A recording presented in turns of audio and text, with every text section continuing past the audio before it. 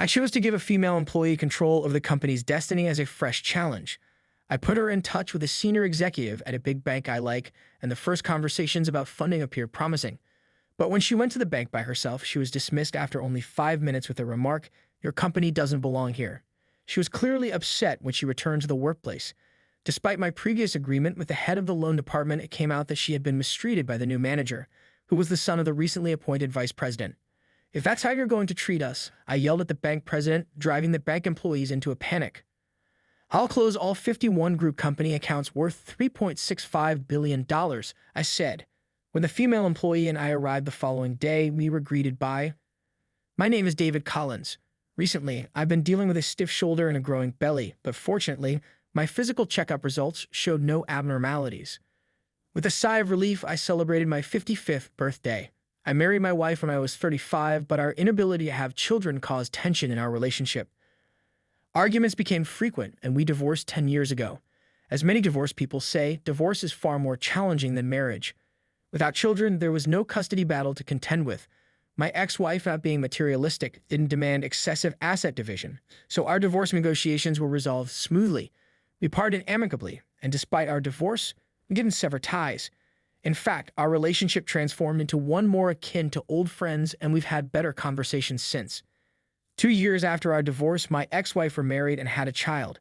She's now deeply immersed in parenting, and I occasionally lend an ear to her concerns, offering support, cheering her on in her new life. Looking back, I'm grateful that our divorce allowed her, 8 years younger than me, to remarry while she was still at an age to have children, leading to her current happiness. As for me, I've remained single since the divorce. I feel like I've long passed the midpoint of my life, and looking back, it seems both lengthy and fleeting. After my mother, my only family, passed away, I was left with no one to protect, and my work became my sole purpose in life. Living a life where I neither walk alongside someone nor nurture and witness the growth of another, I sometimes feel a sense of loneliness and emptiness. Perhaps that's why I find myself starting new ventures or encouraging others to launch internal startups, seeking a sense of fulfillment akin to parenting by supporting and helping them succeed. Based on my own experiences, I dedicated significant effort to supporting single mothers and assisting single-parent families. When I was in the 3rd grade, my father passed away and my mother raised me on her own. Back then, divorce rates were much lower than they are today, and single-mother households were rare. Schools were not equipped to support such families, and I recall there was little accommodation for us in classes and school events. It was a time when fathers were rarely involved in child rearing, so during school open house events, rows of mothers would be present, with the occasional father standing out alone. Children from single-father households often felt out of place and very self-conscious in such situations. My mother, being a school teacher, often couldn't attend school functions, which left me feeling uneasy. One memory that stands out was creating gifts for Father's Day. I'd always drew an image of my father from memory, and in my drawings, he never aged. Today, I hear from my subordinates with children that preschools and kindergartens no longer focus on specific days like Father's Day or Mother's Day. Instead, teachers encourage kids to draw pictures of someone they love using neutral terms like your family member rather than mom or dad. This approach takes into consideration not just single-parent families but also children who may not live with their parents, instead being raised by grandparents, relatives, or foster parents, ensuring the classroom environment is inclusive and considerate of all family situations. When I was a child, my mother would leave me in the care of unrelated neighbors while she worked. This wasn't unusual, it was simply part of everyday life where people supported and relied on each other. There was a sense that children were raised by the entire community. People were generally tolerant and laid back about kids playing in parks or vacant lots. However, this came with a rougher side.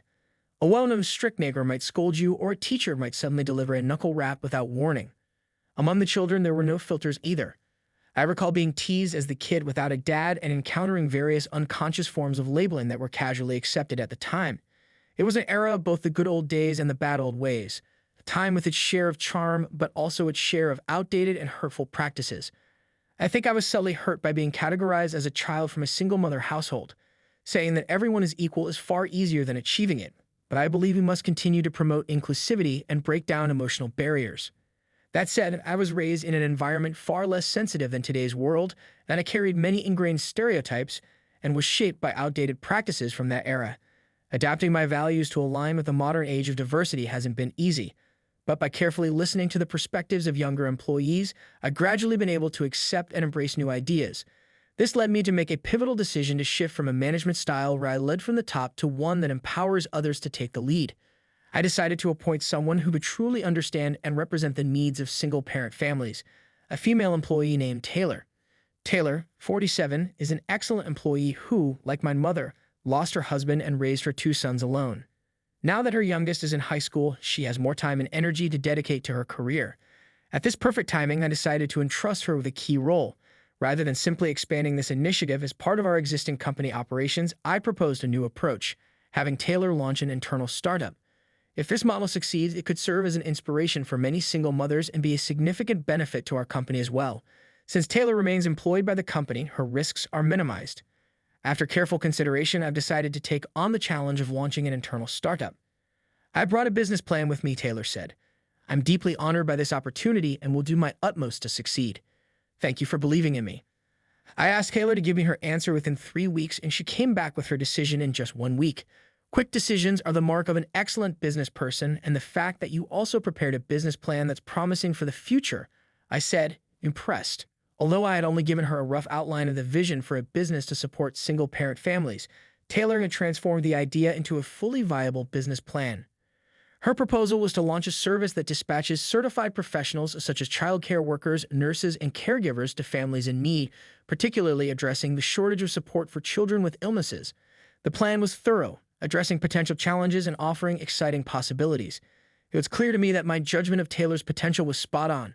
To get started, we needed financing, so we visited the bank. Our company's main bank is one of the large mega banks, and as the CEO, I've built relationships with their headquarters and various branches. For this project, I decided to work with a branch where a banker I knew served as the loan department manager. I had met Brian at a lecture on supporting single-mother households, and we hit it off immediately. To start things off, I arranged for Taylor to meet Brian for an introduction. Brian, who actively attends various lectures and workshops to enhance his work, was deeply interested in the socially impactful nature of the project. He listened intently as Taylor explained her plans, fully engaged with every detail.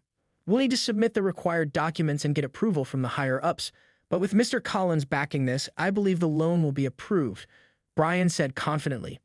With his assurance, I felt relieved and left the rest to Taylor. 2 weeks later, Taylor went to the bank to follow up on the loan, but she returned to the office shortly afterward looking dejected. Judging by the time she was gone, she had only been at the bank for about 5 minutes. What happened, Taylor? Weren't we supposed to hear the results of the loan today? I asked, puzzled. Typically, after a loan is approved, there are numerous procedures to finalize the agreement. Even with paperless systems, large loans like this require signing several documents, which takes time, but Taylor had returned almost immediately, her expression dark. Surely you got a positive response from the bank, right? Noticing Taylor's unusual demeanor, I asked her the question I fully expected an affirmative answer to, but Taylor silently shook her head. What? How is that possible? I said, stunned by the unexpected outcome. Brian assured us the loan would be approved with almost 100% certainty. I'm terribly sorry, Mr. Collins, Taylor said, bowing deeply. There was a sudden personnel change and the loan manager was replaced. All the documents we submitted were rejected. Wait, what? Taylor bowed deeply, almost abruptly, and I asked her to raise her head. Can you explain what happened in detail? I requested. Yes, she replied, looking uncomfortable as she began to explain the situation. Today was supposed to be the day Brian, the former loan department manager, would deliver the loan results as promised. However, when I didn't hear from him, I decided to visit the bank in person. The person who greeted me was a banker I didn't recognize. He introduced himself as the new assigned loan department manager and handed me a business card that read Jason. Taylor showed me the card, and it did indeed display the familiar branch name and the title of loan department manager.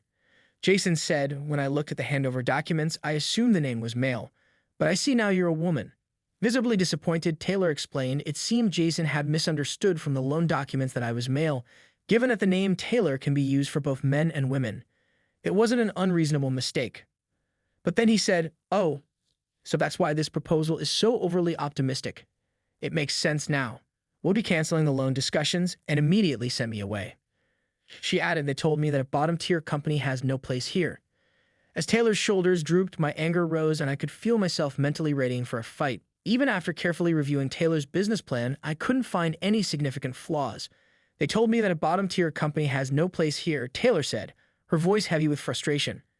Hearing those words, I couldn't help but feel a surge of anger. It was clear that Jason, mistaking Taylor for an unknown female entrepreneur starting from scratch, had dismissed her as unworthy of consideration. He likely assumed the business proposal was amateurish and didn't bother to properly review the plan or recognize that Taylor had the backing of a profitable and well-capitalized company. That Jason clearly is incompetent at his job, but personnel change at this time of year. Did the previous manager, Brian, cause some kind of trouble? I asked. Taylor shook her head emphatically. I was told that he was transferred to another branch. But knowing Brian's professionalism, I found it strange that he would leave without notifying his major clients. I can't imagine Brian being transferred without at least saying goodbye to his key customers, I said. Taylor nodded deeply before continuing. As I was leaving the small meeting room next to the service counter, I overheard Jason speaking proudly to the branch manager, Logan. He said, my arrival in the promotion race was in the way, so I asked my father to have him demoted. It seemed Jason, the newly appointed loan manager, was the son of a senior executive at the bank's headquarters. To maintain appearances, Taylor was told that Brian had been transferred to another branch, but in reality, it might have been a demotion disguised as a reassignment. I also overheard Jason saying, as long as you do what I say, I'll make sure you're not treated poorly, Logan, implying that he'd report any disobedience to his father. I couldn't hear much more because the female teller near me seemed suspicious of my eavesdropping, so I left the bank, Taylor explained. And so within just 5 minutes, Taylor had returned to the office disheartened. It was evident that Jason was taking a high-handed attitude, not only with Taylor but also with Logan. I began to worry about Brian's current situation. With that, I decided to make a call. Hello, it's been a while.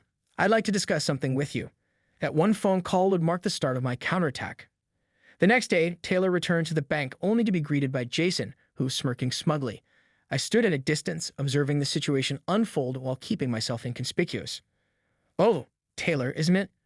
I thought I made it clear yesterday that we won't be proceeding with the loan. What brings you here now? He taunted, his tone dripping with mockery. You remembered my name well. Given it was just yesterday, I suppose it's not too surprising, though I wouldn't have expected someone who can't even interpret a business plan to have a good memory. Taylor shot back, lacing her words with biting sarcasm. Taylor wasn't about to back down, responding to Jason with sharp wit. Just then, an authoritative voice interrupted.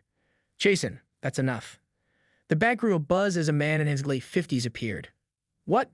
Mr. Anderson, why are you here? Jason stammered, panic evident on his face. And who could blame him? The president of this mega bank, Mr. Anderson, had just walked into the modest branch flanked by 2 sharply dressed subordinates. The female teller at the counter rushed to fetch Logan, the branch manager, who quickly emerged from the side door, visibly nervous. Please this way, Logan stammered, leading Mr. Anderson and his team to the meeting room. Mr. Collins, I'm here in response to your call yesterday. May I have a moment of your time? Mr. Anderson said this as he bowed slightly toward me. Standing directly across from Logan at that moment, everyone in the bank turned their attention to me. Jason, who had never met me before, looked visibly startled. Seeing the president of the bank, a man of such high rank, treating an older man like me with such respect clearly caught him off guard. I could almost see the thoughts running through Jason's mind. Who is this guy? As soon as I became the center of attention, Logan seemed to notice me for the first time. His eyes widened in surprise and gave a small, hurried bow. Of course, Logan and I had met several times before, but it was clear he had no idea. I had a direct connection to Mr. Anderson. Our relationship had always been minimal. My dealings with this branch started because of Brian, whose character I admired after meeting him at a lecture. My interactions with Logan had always been indirect, mediated by Brian. It wasn't entirely Land's fault for not knowing about my connection to Mr. Anderson.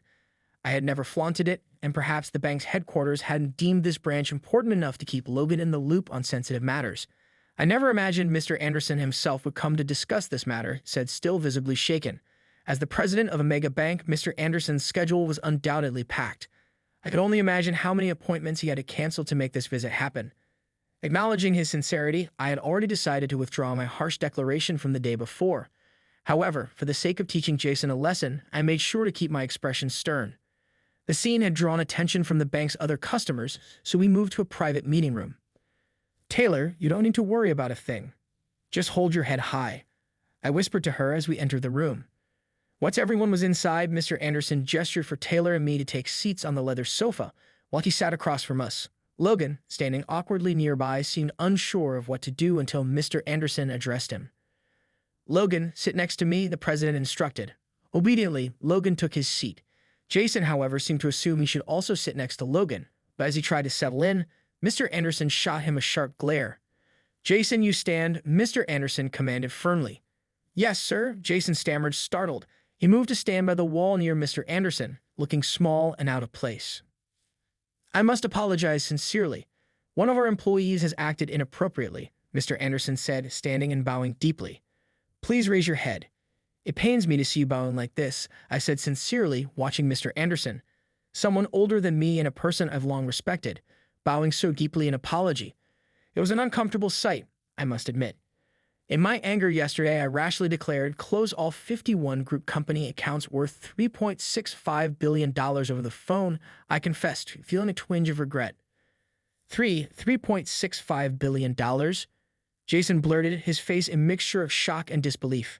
Jason, be quiet, Mr. Anderson said, his tone stern. Mr. Collins does not only hold accounts at this branch, his group of companies treats our bank as their main financial institution. Jason's mouth remained agape, unable to process the information. I always make a point to introduce myself and exchange business cards when meeting someone for the first time. However, with Jason, whom I met today for the first time, I couldn't bring myself to offer a proper greeting. As a result, Jason was understandably bewildered by the situation, unable to figure out who I was. While the conversation between Mr. Anderson and me continued seamlessly, I realized I had acted immaturely yesterday.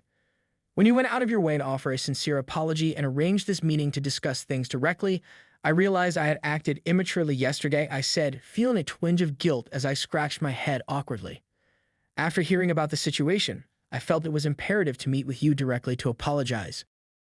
I'm sorry for the short notice, but I greatly appreciate you making time for this meeting, Mr. Anderson said sincerely. I began to feel a pang of guilt for my outburst the day before. Jason, apologize to Mr. Collins and Taylor, Mr. Anderson said firmly, turning to address him directly. With all due respect, sir, I understand that Mr. Collins is an important client for our bank. However, I still believe my decision not to approve the loan for Taylor was the correct one. Even in this situation, Jason refused to admit his faults. Jason, you did review the business plan I submitted before making your decision, didn't you? Taylor asked directly. Jason, unable to offer a rebuttal, hung his head. From my perspective, it was clear he hadn't properly evaluated the business plan either.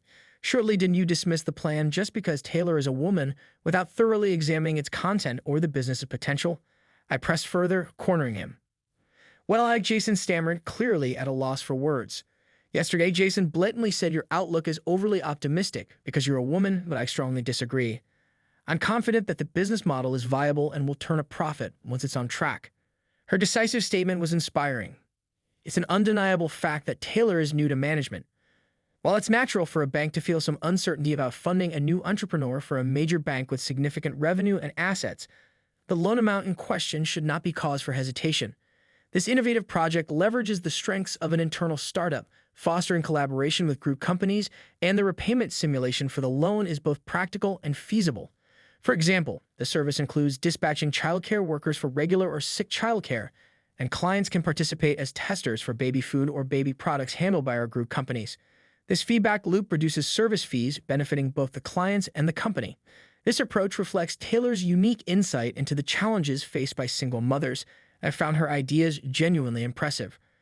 When I reviewed the business plan, I realized that Taylor had the qualities of a capable entrepreneur. The project not only contributes to society, but it is also designed to be a viable business, and I decided to fully support it and provide ongoing backing as needed. Initially, I planned to fund the startup entirely through my company as a management-led initiative. However, Taylor pointed out that this approach would make the venture no different from establishing a new department within the company.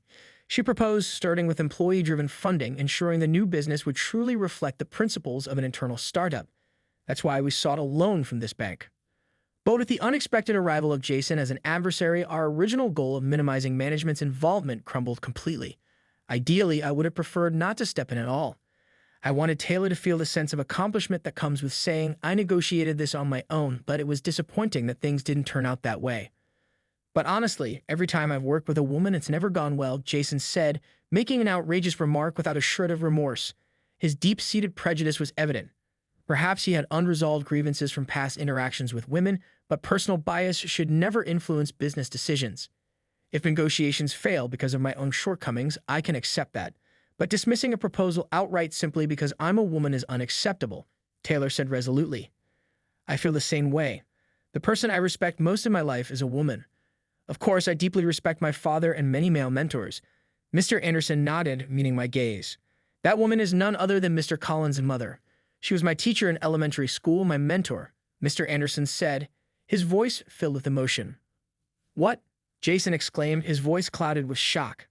That's an incredible connection, Taylor said, her eyes wide in surprise. We've known each other for a long time, Mr. Anderson explained. I then began explaining my relationship with Mr. Anderson. In fact, I've known him long before he became the president of the bank. As Mr. Anderson had mentioned, he was one of my mother's students during her time as an elementary school teacher. He had grown up in a wealthy household, but it was a turbulent one with strained marital relations between his parents. As a result, his childhood was often lonely and emotionally unstable. Mr. Anderson once told me that my mother had been the one to save him during those difficult years. While I don't know the details of what transpired between them, it was clear their bond went far beyond the typical teacher-student relationship. From my perspective, their connection was profound. Mr. Anderson respected my mother as his lifelong mentor and maintained contact with her even after graduation. Although they did meet frequently, they exchanged letters and postcards, and he visited her during significant milestones, such as his middle school graduation and coming-of-age ceremony. To me, Mr. Anderson was like an older brother figure, someone I admired but wasn't particularly close to. My mother, however, was proud of her former student, who had become a successful banker. When I decided to leave my corporate job and start my own company, Mr. Anderson was the first person who came to mind for advice. My first business venture was blessed with favorable circumstances, including timing, luck, and talented partners, which allowed it to achieve stability faster than I had anticipated. Mr. Anderson's guidance played a significant role in that success. Over time, I came to manage multiple group companies, and Mr. Anderson was always there to lend his support. Our relationship wasn't just built on friendship, but also on mutual respect as business professionals. My mother watched over the two of us with a warm smile, as if she were the proud mother of two sons. She passed away shortly after witnessing Mr. Anderson's promotion to bank president. Just as my mother was a lifelong mentor to Mr. Anderson, I'm certain he held a special place in her heart as one of her most cherished students. Students, regardless of gender or financial status, a remarkable individual will always stand out, just as someone who is unworthy of respect will remain so, no matter their wealth or position, Mr. Anderson said, casting a pointed glance at Jason before turning back to Taylor and me. The responsibility also lies with me for allowing such behavior from an employee. I will ensure that this arrogant and incompetent loan manager, who relies solely on being the son of an executive, is demoted, Mr. Anderson stated firmly. Demoted? No way. Jason shrieked, interrupting Mr. Anderson mid-sentence. It seems that Brian, the previous loan manager, was unfairly demoted at Jason's behest because he was seen as an obstacle. Please look into this matter as well, I requested firmly. If someone as diligent and sincere as Brian had been treated unjustly, it was something I couldn't tolerate. I'll launch an investigation immediately and take appropriate action. It's deeply regrettable that such arrogant behavior was allowed to persist under my watch, Mr. Anderson responded, his tone filled with genuine remorse. Mr. Anderson looked visibly apologetic. As bank president, it's only natural that you focus on the bigger picture, maintaining a broad perspective and foresight. It's understandable that you wouldn't get involved in minor incidents. I should be the one apologizing for making such a fuss yesterday, I said, acknowledging my own misstep. The root cause of this entire situation was my reckless outburst over the phone, which had forced the bank's president to attend this meeting in person. For that, I felt deeply remorseful. Well, it's been a while since I've seen this fiery side of you, David. Honestly, if it weren't for moments like these, I wouldn't have had the chance to cancel unnecessary meetings and pointless gatherings. I'm actually grateful for it. Let's set work aside for today and grab some drinks together, Mr. Anderson said. At that moment, he was less the president of a mega bank and more the kind-hearted older brother figure. I remembered what a wonderful relationship, Taylor said with a gentle smile, her expression filled with warmth. Her expression carried a warmth that reminded me of my mother, brimming with maternal affection. I wish you all the best in this new adventure, Taylor and Logan. I'm counting on you, Mr. Anderson said before leaving with his team, flashing a bright smile as he exited the room. Wait, please listen to me, Jason cried, wedging himself through the closing door in a desperate attempt to chase after Mr. Anderson. The rest of us silently watched him go, leaving the room in an almost eerie calm, like the stillness after a storm. After a long pause, Logan, who had been quietly observing the situation, stepped forward to take charge of the room once again. I believe the loan manager position will be vacant for a while, so I'll handle this matter myself, Logan said, taking on the responsibility of directly managing Taylor's loan discussions. A few weeks later, Brian, who had been unfairly demoted by Jason, was reinstated at the branch. When Brian expressed his gratitude to me, I told him there was no need to thank me. This was simply the recognition of your capabilities, not something I made happen. I knew Brian would continue to make fair and thoughtful decisions as loan manager, balancing the bank's profitability with a genuine concern for the people seeking loans. 2 months later, Taylor officially launched her company as its CEO, successfully securing the necessary funding. Initially, her work focused on spreading awareness, recruiting users and childcare workers, and conducting applicant screenings. Full-scale services, such as dispatching childcare workers, were still on the horizon. However, the response from single-parent families exceeded expectations, with applications for the service growing faster than anticipated. Even my ex-wife expressed interest in the service, registering for future use. This service aims to support not only single-parent households but also dual-income families and those managing both caregiving and childcare simultaneously. It also provides a reprieve for solo parents needing a break. Taylor is fully committed to making it a service that brings joy to a broad range of users. As a stay-at-home mom who suddenly became a widow and felt completely lost, you gave me a place to belong, Mr. Collins, and now you've given me such an incredible opportunity. I'm truly grateful, Taylor said sincerely. One day, Taylor expressed her gratitude to me once again. No, Taylor, you only had to step back because of health issues after giving birth. Before that, you were thriving in a major corporation. Having someone as talented as you join us was a stroke of luck for our company, I replied honestly. I had always wanted to support single-parent families through meaningful initiatives, but seeing it come to fruition in such an outstanding way was largely thanks to Taylor's efforts. I genuinely felt that entrusting Taylor with the first internal startup project had been the right decision.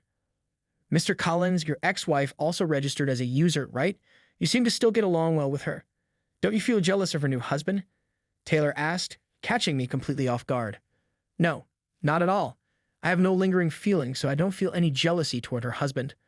On the contrary, I'm glad she became a mother after we parted ways, I replied. To me, my ex-wife's child feels like a relative.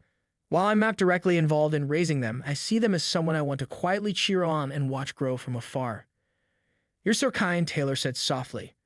Then, after a slight pause, she added with a flushed face, I find myself feeling jealous of your ex-wife. What? I cried out, utterly dumbfounded. With her face hot to her ears, Taylor cast her gaze downward. Was this a love confession? I inhaled deeply to quiet my rushing mind. Taylor and I might be able to walk together as partners in the future, both emotionally and professionally. My heart felt optimistic and bright for the first time in years. For the first time, I was looking forward to a tomorrow that would not be entirely focused on work, even though I had no idea where our relationship would lead.